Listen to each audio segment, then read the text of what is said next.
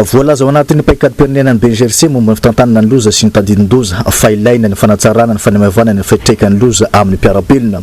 kanakana lesona ny vokadrasy daorian'ny fandalovan'ny rivodoza inao ny taona 7 ava ny taona 20 ary ny elakim ny marsa 20 ka natsangana ny voimera manokana ho an'ny atao hoe logistique d'urgence izay ivondrona ny tompona andraikitra eo anivon'ny faritra sy ny distrika miaraka amin'ny hervelona rehetra ka magnentana zany ny olona tompona andraikitra rehetrarehetra na agnatin'ny région na agnatin'ny district zany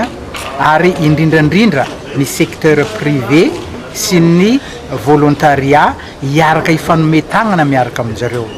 ny PAM zany zao hoe nanamora an'izay fagnatanterahana an'izay atrikasa zay tamin'ny alalan'ny fahatongavany zareo avy amin'ny global cluster avy any Rome tonga ty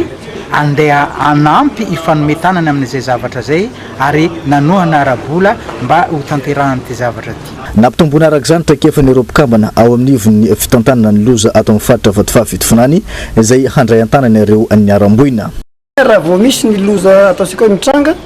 dia everina favetrany dia handray an-tanana anireo traboina zany ny faritra sy ny préfecture amin'ny alalan'ny famalena vetrany anireo zavatra everina fa manahirana anireo olona traboina